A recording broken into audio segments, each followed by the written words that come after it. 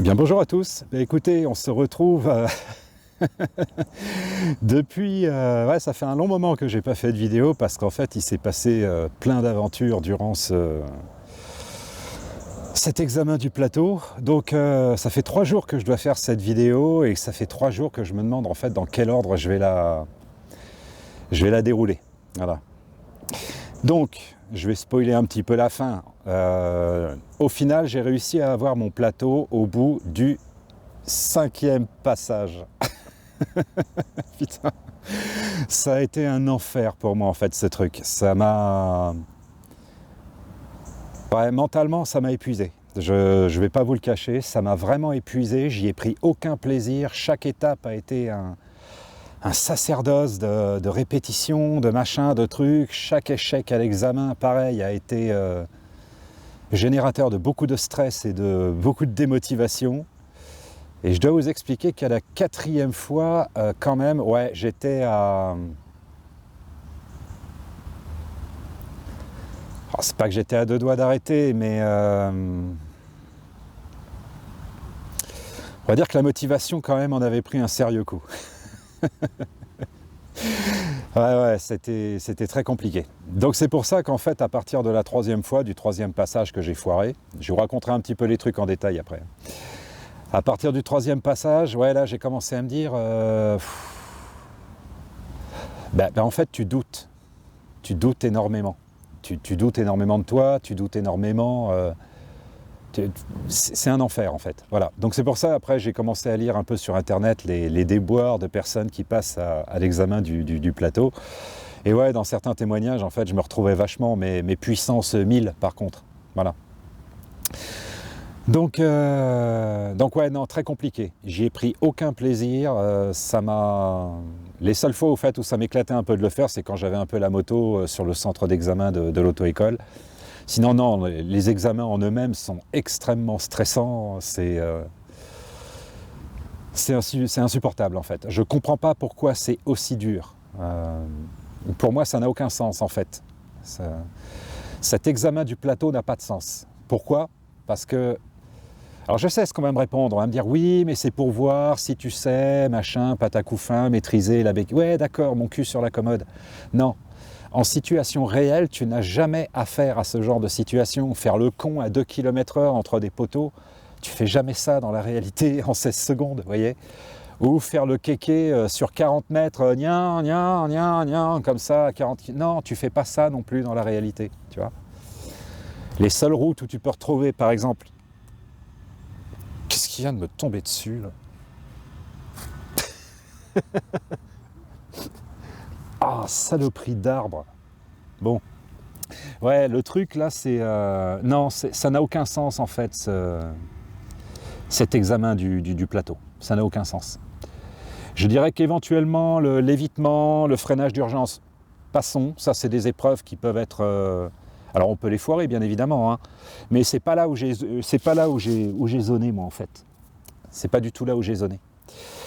En fait, j'ai zoné sur des trucs, une fois de plus, comme je vous racontais un petit peu dans ma vidéo sur le débridage des 50. Ça se passe en fait dans des trucs que les autres ne comprennent pas.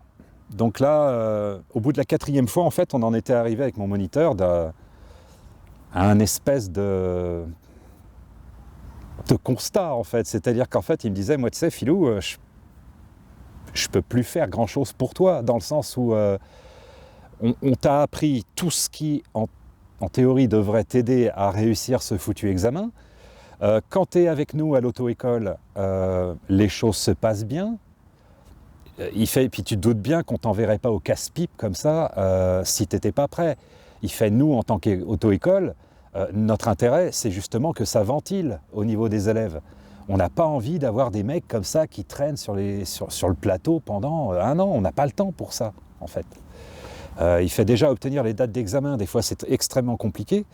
Donc, quand on a des dates d'examen, c'est qu'on envoie des élèves qui sont prêts. Et donc, il me disait, mais dans ton cas, moi, je ne sais pas quoi faire, en fait, parce que t'es chez nous, tu fais le parcours du Lan bien. On va dire que sur 5 essaie du lent sur le plateau de l'auto-école, on va dire que je mets peut-être 1 ou 2 pieds à terre et puis machin, mais globalement, je me démerde bien, vous voyez. Et il me disait, ben là, je comprends pas. Et je lui disais, ben écoute, voilà, bienvenue dans mon univers. Bienvenue dans mon univers, en fait, les gens comprennent pas. Voilà, ils comprennent pas pourquoi je fais des trucs, des fois, qui paraissent évidents, mais voilà, pourquoi je les rate, ils comprennent pas. Donc en fait, ouais, la 4e fois, je dois vous avouer que j'avais vraiment, dans ma tête, j'avais vraiment remonté le temps. Je me revoyais il y a 25 ans, ouais, 25 ans déjà maintenant, en train de loser à l'examen du permis de conduire. Et pareil, à l'époque, les moniteurs ne comprenaient pas pourquoi. Oui, mais je comprends pas pourquoi quand on conduit tous les deux, t'es bien, et à l'examen, tu fais de la merde. Tu te retrouves en seconde, voie de gauche sur l'autoroute avec le moteur qui hurle. Pourquoi? Bah écoute gros, si je pouvais te l'expliquer, je pourrais en partie résoudre le problème. Mais le problème, c'est que c'est pas le cas. Donc là, qu'est-ce qui s'est passé, moi, dans mon cas? Premier examen du plateau. On était... Alors, petit aparté pour ceux qui voudraient éventuellement passer leur examen de plateau en été. Attendez peut-être l'automne. Parce que je peux te dire que quand il fait 40 degrés dehors, qu'on est 8 à passer, que c'est interminable, que tu as le cuir, les gants, le casque, le machin, je peux te dire que tu arrives sur la moto, déjà, tu es en mode fusion thermonucléaire, déjà. En plus, suivant les examinateurs, il y en a qui vont te dire de fermer la veste pour des raisons de pseudo-sécurité ou je ne sais quoi. Attends, gros, il fait 40 degrés. Non, des fois, je me suis retrouvé carrément avec la buée, enfin avec la sueur qui te tombe dans les yeux pendant que tu es en train de faire le truc, quoi. Donc, non, l'été, c'est très dur. Je pense que l'hiver, quand il fait très froid, c'est aussi une autre problématique. Donc, essayez peut-être de privilégier une saison, genre peut-être l'automne ou le printemps. Voilà, petit conseil d'amis comme ça. Donc, pour la première session que j'ai eue du plateau, ben, je me suis retrouvé en mode, j'avais pris 1 heure de conduite avant, histoire d'être sûr, d'être un peu chaud, quoi, de ne pas arriver froid sur le truc et de me planter. Bon, je prends 1 heure avant, tout se passe bien. On va dire 5 sessions de plateau, je mets peut-être 1 ou 2 pieds à terre de temps en temps, mais voilà, rien de méchant. Je connais mon parcours. Je sais piloter une moto maintenant, je dirais, voilà. Alors peut-être pas à des très grandes vitesses, mais en tout cas, je sais en piloter une, je sais embrayer, je sais freiner, je sais accélérer. Voilà, donc on y va tous en troupeau, donc on prend les bécanes, moi je prends les aides, je prends la Z, je suis les gens. Non, je crois que j'étais monté en voiture la première fois. J'étais monté en voiture, il y avait 2 élèves qui prenaient les aides, et puis on va au terrain de l'examen. Bon. Le premier... Alors, pour cette première anecdote, sur le premier passage de l'examen, une petite anecdote rigolote. À un moment, on était en train de boire un coup en attendant d'y aller. Voilà, donc on était en train de boire un coup au snack du karting. Et puis à un moment, j'étais assis comme ça, je voyais le boulevard, et puis je vois arriver un mec avec une moto noire en roue arrière, comme ça. Je dis bon, alors je le suis du regard, puis je vois que le mec s'arrête un petit peu plus loin, et là je vois débouler, en fait, on voit débouler, le mec il vient, au karting, clac, il rentre, un immense black, blond platine. En fait, on aurait cru Wesley Snipes dans Demolition Man, c'était trop rigolo. Alors moi, je pensais que c'était un ancien élève, quoi, un mec qui venait, voilà, il avait obtenu son permis, il venait faire un petit coucou. Donc on se dit bonjour, tout ça, je lui serre la main, je fais alors, ah ça y est, tu as eu ton permis Il fait non, je viens passer le plateau. D'accord, donc tu viens passer l'examen du plateau en Z650 en faisant un wheel sur le boulevard, c'est ça? Donc on discute un petit peu, je lui fais, alors moi connement, je lui dis, bah donc t'as pas le permis en fait. Il fait, ouais mais non, tu comprends, alors il m'explique, voilà, il m'explique toutes les bonnes mauvaises raisons de ne pas avoir le permis et de rouler sans sur la route. Alors je lui dis, ouais mais tu sais, parce qu'à un moment il essayait de me convaincre, je lui fais, non tu sais, t'arriveras pas à me convaincre gros. J'ai dit, tu vois, je traverse entre 2 camions, je fais pas trop attention, toi t'es là en mode wheeling dans une rue, tu me cartonnes, je me doute bien que tu vas pas t'arrêter, appeler les pompiers et prendre soin de moi, hein. Non, tu vas te barrer quoi. Alors bon, ça l'a fait rigoler, mais dans ma tête, je me disais, mais putain, c'est hallucinant, c'est-à-dire qu'en fait, tu partages la route avec des mecs aussi inconscients que ça, quoi. Bon, passons. Donc ce mec-là faisait partie de la première fournée. Donc le premier il passe, le deuxième il passe, il se plante, pareil que le premier, le troisième passe, alors lui je crois que ça devait être notre règle de la route blond platine, lui je crois qu'il l'a eu son plateau, ouais c'est ça, il l'a eu, lui il l'a eu. Et tous en fait on est passé, moi j'étais en dernier, et on s'est tous pratiquement, à part lui, le Wesley Snipes, là on s'est tous plantés comme des merdes. Hallucinant, c'est-à-dire qu'à un moment il y avait une petite meuf, elle s'appelait je crois Kaina ou un truc comme ça, alors si tu vois la vidéo je te fais un petit coucou. Et c'est la fille en fait, 20 minutes avant, je faisais l'examen avec elle, on se relayait, on faisait un petit carrousel de l'an, on se chronométrait entre nous, etc. Tout se passait bien, il n'y avait pas de problème. La meuf monte sur la moto, au bout de 2 mètres, elle s'effondre comme une merde, elle ne sait plus où elle va, elle renverse les plots, enfin voilà. Arrive mon tour. Comment vous dire? C'est-à-dire que même moi, j'arrive pas à expliquer en fait. J'arrive sur la moto et là en fait, je bug. Je bug. Je sais limite même plus comment on l'allume. Je l'allume, je débéquille, machin, la moto cale. Bon alors, je remets la béquille neutre, je rallume. Déjà, ça commence mal. Et dans ma tête, je me dis, mais qu'est-ce qui se passe, Philou? Putain, réveille-toi, quoi. Putain. Et là, en fait, je débraye, boum, je commence à avancer pour faire mon lent. Et là, j'avais même pas fait 2 mètres. Erreur sur erreur, pied à terre, je cale, je machin. Bon, là, l'examinateur, il fait hop, t'arrêtes, tu replaces la moto, pouf. Bon, bah, tu vois, quand on arrive, en fait, déjà à un niveau de loose pareil, il est clair que ton deuxième passage va être foireux. Il y a de très fortes chances. Donc, qu'est-ce que je fais? Je fais mon deuxième passage, et là, pareil. Attendez, j'ai un appel. Et donc deuxième passage, pareil, une catastrophe. Je ne savais même plus accélérer, je ne savais même plus embrayer, je ne savais plus où il fallait que j'aille. De la merde, voilà. Donc je suis rentré chez moi extrêmement dépité. Donc les gens m'ont dit, mais non, t'inquiète pas, c'est la première fois, t'inquiète, la deuxième ça ira, voire au pire la troisième, etc. etc. Bon, ok.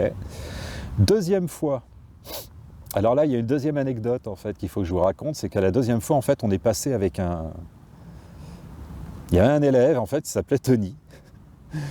Et ce gars-là, en fait, était tout à fait sympa, hein, il n'y avait pas de problème avec lui. Le seul problème, c'est que c'est un gars qui devait être, je sais pas, hyperactif ou j'en sais rien. Et en plus, à mon avis, il devait tourner à la coke.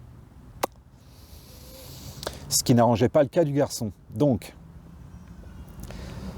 moi, c'est assez rigolo parce que dans ma vie, en fait, j'ai une propension à attirer ce genre de personnes. C'est-à-dire que quand vous avez un hyperactif qui a envie de parler ou des gens hyper bavards, étonnamment, ils viennent toujours se greffer à moi. Alors pourquoi?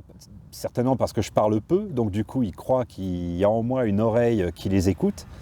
Mais en fait, ce qu'ils ne comprennent pas, c'est que moi ça m'épuise. D'entendre leur flot de paroles ininterrompu, suivi de gestes qu'il faut suivre, analyser, ils passent d'un sujet à un autre. Moi, ce genre de personnes m'épuise en fait.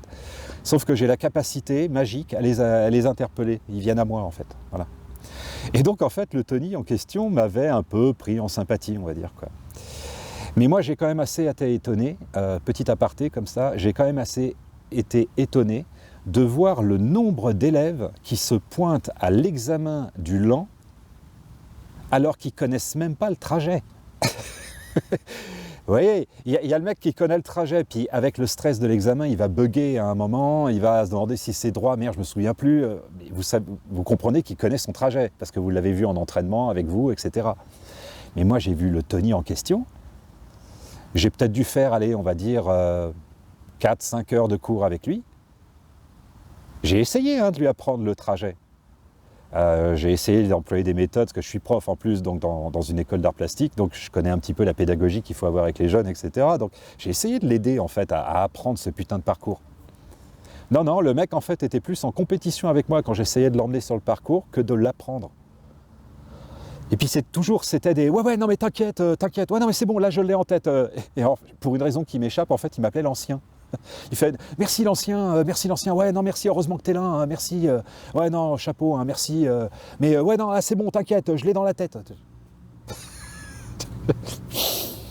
Bon, arrive donc deuxième fois, deuxième session, arrive le Tony. Bon. Donc déjà, il avait stressé tout le monde avant. Non mais t'inquiète, là ton plateau tu l'as, moi t'inquiète, moi la moto de toute façon je connais, depuis que j'ai 16 ans, j'en fais, là c'est bon, on l'a, on repart tous avec le plateau. Et en fait, il saoulait tout le monde comme ça.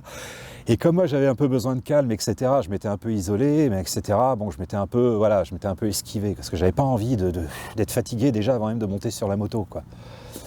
Bon, arrive son tour donc au fameux Tony. Déjà... Mais un sketch le truc, je vous dis, un sketch. Déjà le lent, incapable de tenir l'embrayage. Donc c'était pilage, pilage, pilage. Donc il arrivait à tenir à peu près d'équilibre, mais c'était n'importe quoi. Donc il a dû faire le truc en 12 secondes. Enfin, n'importe quoi. Donc deuxième passage du Tony. Là, il arrive à peu près à bien faire son lent, il sort, machin, donc il sort du lent, et là, il bug. Il ne sait plus s'il doit prendre le couloir d'évitement à droite, à gauche, donc il va tout droit. Et puis là, il commence à faire des S, et on se demande ce qu'il fait, en fait. Et le mec, il bug.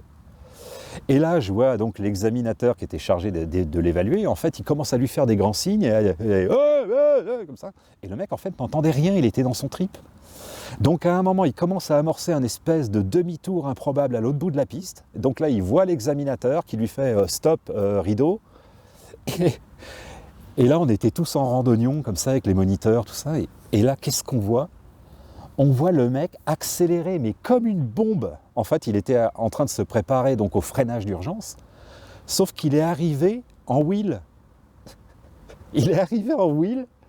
Donc il y a la blingue, donc t'imagines les joints speed, la Z, crac. Et là le moniteur lui fait, c'était un grand martiniquais, il avait des yeux comme des soucoupes en le voyant. Il lui dit stop, t'arrêtes tout.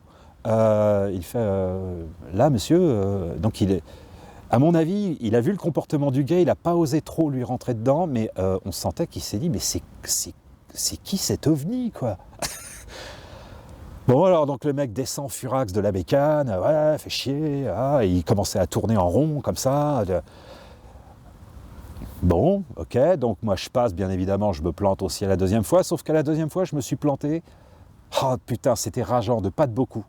C'est-à-dire que le premier passage, je l'ai foiré en mode autiste, je sais plus où je vais, et puis le deuxième passage, par contre, là j'ai fait le lent pratiquement parfaitement, mais putain, j'ai fait 13 secondes. Et ben, bien évidemment, c'est C, donc éliminatoire. Donc ça, c'est déjà, je ne comprends pas la logique du truc. Vous voyez, vous avez une note de A à C, A, B, C, sauf que le C est éliminatoire. Bon, ben, dans ce cas-là, si c'est éliminatoire, on ne le met pas, tu vois. Non, on te donne une note, mais elle est éliminatoire. Voilà, donc j'ai fait 13 au lieu de... j'ai fait C au lieu de B.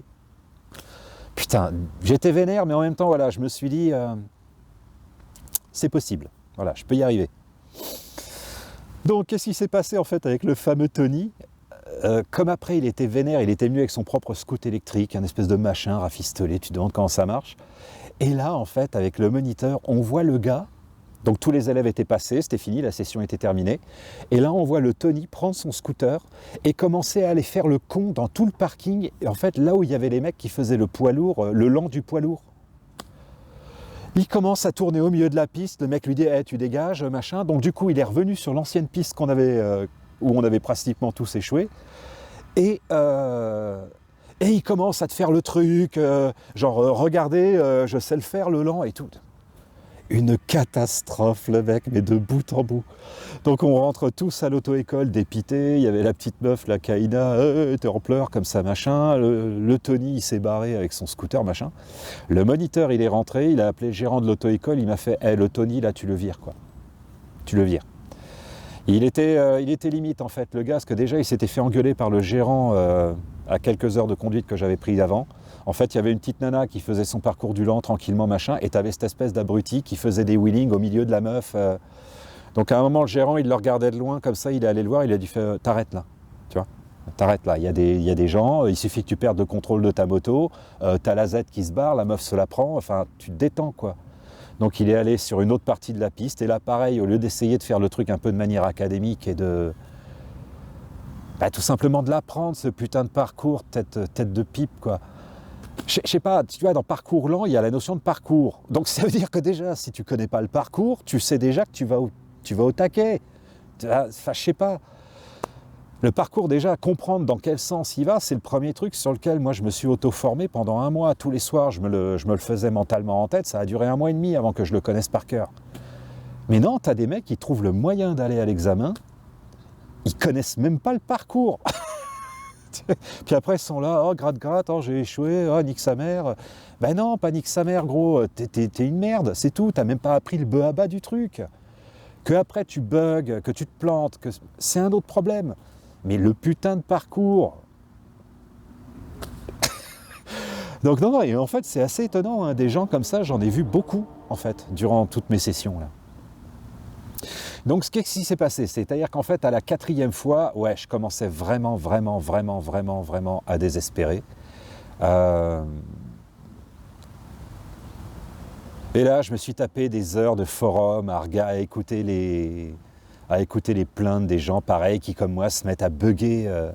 Sauf qu'un individu normal qui va bugger dans ce genre de situation, au bout d'un moment il va y arriver, vous voyez, il va prendre sur lui, il va y arriver, il va se surpasser. Moi le problème c'est que c'est un sentiment qui me submerge. Je suis comme une poule devant un couteau, tu vois. Je suis comme ça et je me mets à bugger. À un moment, ouais, à la 3e session ou 4e, non 3e. Mais je crois que justement c'était à la session avec le fameux Tony. Quand ce con il est passé, je suis passé juste derrière lui en fait. Pareil, cas de figure à la débile, mais qui m'a foutu mais en l'air. En fait cet abruti, quand il a rangé la moto, il l'a remise en place pour que moi après je puisse passer, ce con il m'a éteint le coupe-circuit. Et vous connaissez, ceux qui connaissent un petit peu ma chaîne, vous connaissez mon bol avec les coupe-circuits de moto. Putain, je monte sur la bécane, je débéquille, je fous le contact. Rien. Et là, je commence à bugger. Je regarde la béquille. Et dans ma tête, je commence à dire putain. Mais pas à un seul instant, j'ai pensé à regarder ce putain de coupe-circuit.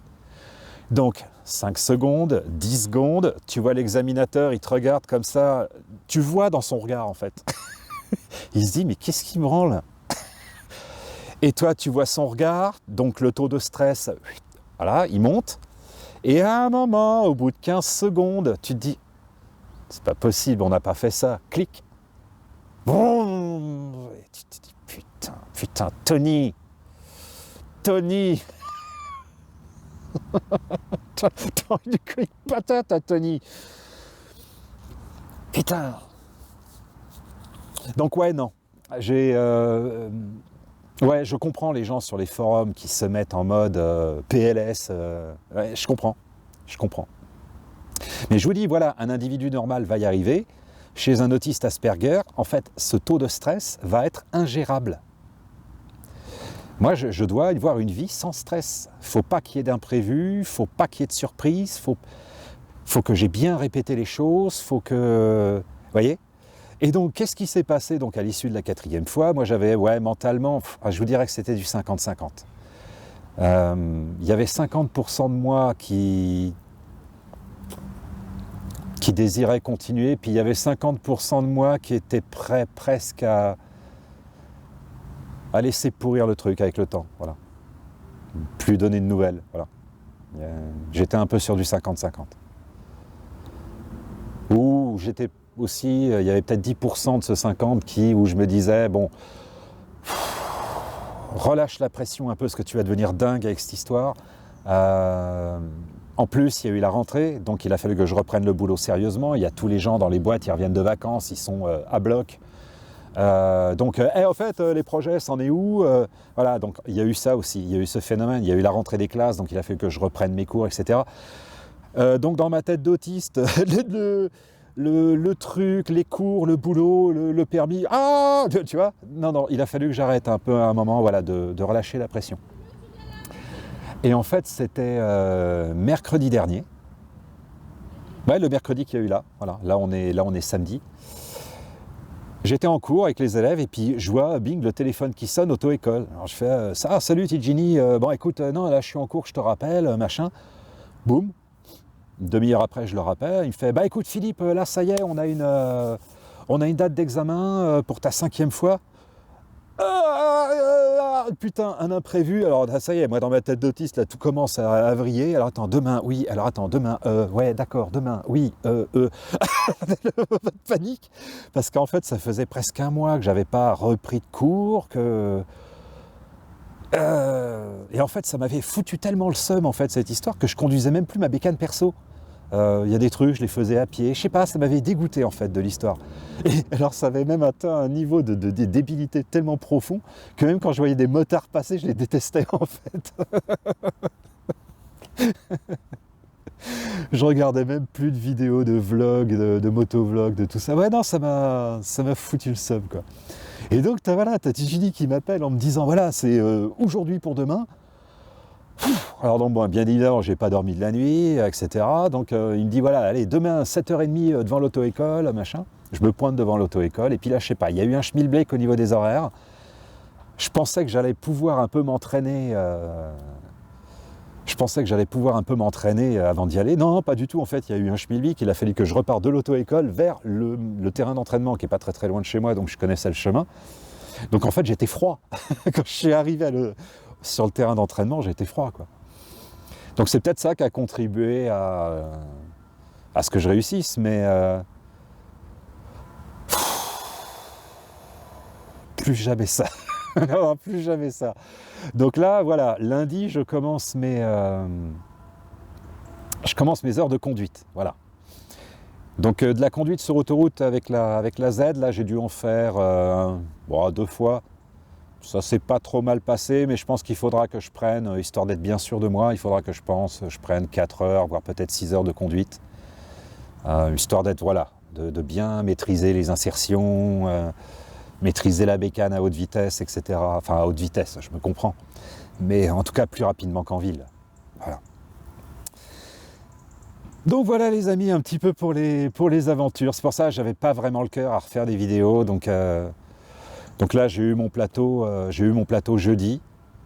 Et je vous avouerai que j'ai pas encore trop réalisé, en fait. Au fond de moi, je sais pas, il y a un sentiment bizarre. Je sais pas comment l'expliquer. C'est pas que je suis pas content, mais je suis pas enjoué, en fait. C'est bizarre. Je sais que j'ai franchi une épreuve, mais en fait, je sais pas, au fond de moi, il y a un sentiment de...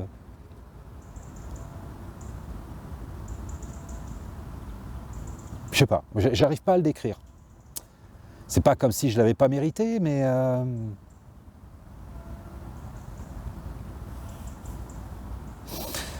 Je sais pas, j'arrive pas à trouver de mots sur ce sentiment, c'est un peu étrange. J'ai l'impression que je suis passé de A à C sans passer par B. Enfin, il y a un espèce de truc dans ma tête de... Je sais pas, j'ai l'impression qu'il y a un truc que j'ai pas fait, donc du coup que je suis sur un espèce d'entre-deux. Mais non, en fait, il faut que je réalise, ça y est, je l'ai, mon putain de plateau. Mais voilà, j'ai pas encore vraiment réalisé. Ça m'a tellement pris le chou que tout ça m'a tellement épuisé mentalement que là, j'ai l'impression d'avoir été sur un espèce de ring de boxe, de m'en être pris plein la gueule. Et puis au final, ça y est, t'es debout, puis tu sais, t'as l'arbitre qui te lève la main, t'as les flashs des appareils photo. Ah ouais, j'ai gagné. Ah ouais, d'accord. Voilà, je suis un peu dans cet état-là. C'est un peu bizarre. Donc voilà, écoutez, je voulais en tout cas vous en parler, puis pas vous laisser en plan comme ça dans la série du truc. Hein, et c'est pour ça que j'ai pas fait de vidéo, je vous dis entre-temps, parce que ça m'a tellement accaparé l'esprit que j'avais pas le cœur à ça. J'avais pas le cœur à ça. Voilà. Bon voilà, là je vois que j'en suis déjà à 30 minutes, je vais arrêter de radoter, mais je voulais au moins vous expliquer un petit peu ces anecdotes, parce qu'il y en a 2-3 quand même qui sont assez rigolotes. Et puis, en tout cas, je remercie l'auto-école de leur patience avec moi. De leur patience avec moi, parce que moi, ce que j'aime bien chez eux, en fait, c'est qu'ils ne poussent pas à la consommation. Ouais, c'était le petit mot de fin que je vais glisser juste comme ça. En fait, il ne pousse pas à la consommation. Moi, j'ai été dans des auto-écoles où c'était ah ouais, non mais là, il vous faudra au moins 8 heures. Hein. Ouais. Là, ouais, vu votre état, il vous faut au moins 8 heures. Hein. Puis au bout des 8 heures, ouais, c'est pas encore au top. Hein. Non, il vous faudrait peut-être encore 4 heures. Vous voyez. Eux, c'est tout l'inverse. En fait, quand je veux prendre des heures, ça les emmerde parce qu'ils me disent mais non, Philippe, ça sert à rien de prendre des heures. C'est bon, c'est bon. Tu l'as la technique. Voilà. Il faut juste que maintenant tu arrives à aborder ces putains d'examens avec une tête un peu plus détendue. Mais voilà, t'as pas besoin de prendre des heures, dépense pas ton argent en gros, quoi. C'était un peu le mot d'ordre. Et ça, mine de rien, j'ai apprécié. Voilà. J'ai apprécié. Tu sens que t'es pas une vache à lait, quoi. Voilà. Donc c'est pour ça, pour la circulation, là je vais quand même leur reclaquer quelques heures, parce que bon voilà, le temps c'est de l'argent. Et puis moi j'ai envie d'être sûr aussi un peu de mon truc, donc je pense que voilà, le plateau c'est fini, sa mère là. Hein, donc voilà, maintenant il faut aborder un autre type de stress. Mais là je dirais que sur la circulation ça va être un peu plus cool. Enfin, en même temps je disais ça du plateau, ça a été un enfer, mais je pense que la circulation, étant donné que c'est beaucoup moins académique, vous voyez, sur le principe, en fait ce qu'on va plutôt juger là chez moi, c'est ma capacité à réagir à des événements temps réel. Vous voyez, je ne vais pas être jugé sur la manière que j'ai de mémoriser un truc à la con ou de me tenir en équilibre à 2 km/h entre des plots en 16 secondes. Vous voyez, c'est un truc débile, quoi. Je ne comprends pas pourquoi les voitures ne sont pas soumises à ce genre de truc, après tout. Pourquoi on nous fait chier en moto à faire le connard entre des piquets de merde comme ça en 16 secondes? Moi, je suis désolé, en voiture, ça devrait être un examen. Parce que il y a le volume d'une moto et puis vous avez le volume d'une voiture. Hein. Je veux dire, quand tu te tapes une berline 4 places avec un avant et un capot et qu'il faut garer ça en marche arrière en créneau, ah bah je suis désolé, si tu n'as pas le volume de la voiture en tête, tu la gares pas la caisse. Hein. Donc pourquoi les voitures ne sont pas soumises éventuellement à ce genre d'examen de merde, là, à faire des trucs en slalomant sans renverser des plots? Vous voyez, ça n'a pas de sens. Et puis cette histoire de 5 fois, là par exemple, je reviens là-dessus, mais parce que ça me fait, voilà, ça tourne en boucle ça. Pourquoi refaire passer le code aux gens? Je veux dire, tu as déjà échoué 5 fois, putain, c'est déjà suffisamment frustrant comme ça. En plus, c'est pas gratuit l'examen, tu le repayes à chaque fois. À chaque fois, c'est 70, 80 balles. Pourquoi te refaire payer encore un putain de code? En quoi repasser un putain de code va me donner de l'équilibre en 16 secondes dans les putains de poteaux du Lan? Vous voyez? Donc ça, je trouve ça terriblement injuste, en fait. Voilà. C'est 2 étapes pour obtenir un seul permis, alors que pour l'autre, machin, il n'y a qu'une seule étape. Je trouve ça extrêmement pénalisant. Et les gens pensent qu'en rajoutant de la difficulté, vous voyez, en fait, on est dans le même non-sens que de dire faire rouler les gens à 50 km/h en 50 cm3 va leur sauver la vie. Non, si t'es con, tu vas te planter à 25 ou tu vas te planter à 50 ou tu vas te planter à 130. Le problème est toujours le même. Si t'es un crétin, tu vois. Et là, je l'ai bien vu, hein, le mec, tu lui donnes son plateau, il vient en Z650, il repart en faisant un wheel. Donc ça veut dire que c'est le genre de danger que tu vas rencontrer toi sur la route après. Mais par contre, vous voyez, il a supplanté la difficulté du plateau, donc on estime qu'en fait c'est quelqu'un de responsable. Non, il n'est pas responsable. Moi je dis qu'un permis, ça devrait aller de pair en fait avec une évaluation psychologique. Voilà.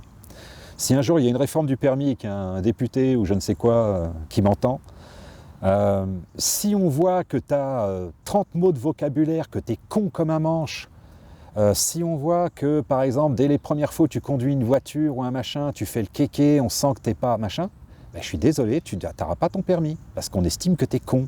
Voilà. Et c'est pas faisant le branleur en 16 secondes entre des poteaux en mode embrayage que ça définit si t'es pas un débile, vous voyez.